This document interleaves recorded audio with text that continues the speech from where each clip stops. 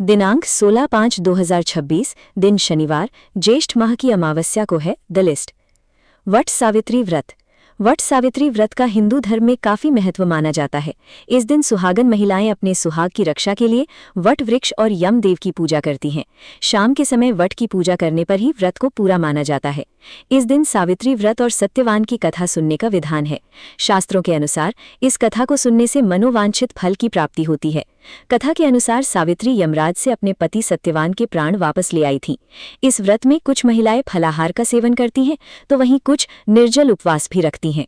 What वृक्ष का महत्व। हिंदू धर्म में वट सावित्री व्रत में वट और सावित्री दोनों का बहुत ही महत्व माना जाता है।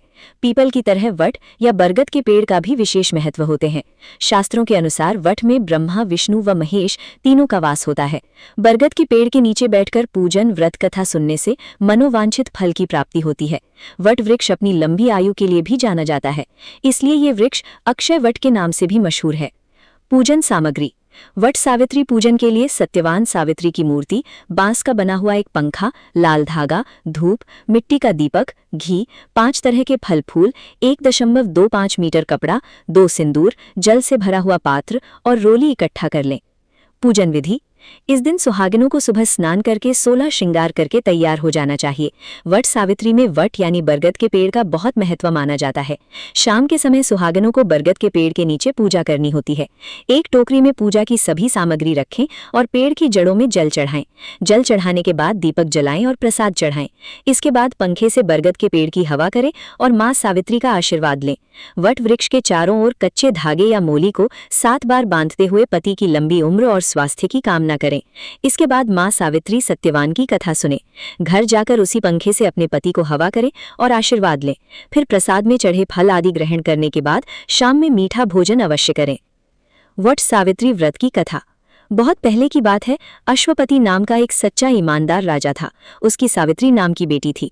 जब सावित्री शादी के योग्य हुई तो उसकी मुलाकात सत्यवान से हुई। सत्यवान की कुंडली में सिर्फ 1 वर्ष का ही जीवन शेष था। सावित्री पति के साथ बरगद के पेड़ के नीचे बैठी थी। सावित्री की गोद में सिर रखकर सत्यवान लेटे हुए थे। तभी उनके प्राण लेने के लिए यमलोक से यमराज के दूत आए, पर सावित्री ने अपने पति के प्राण नहीं ले जाने दिए। तब यमराज खुद सत्यवान के प्राण लेने के लिए आते हैं। सावित्री के मना करने पर यमराज उसे वरदान मांगने को कहते हैं।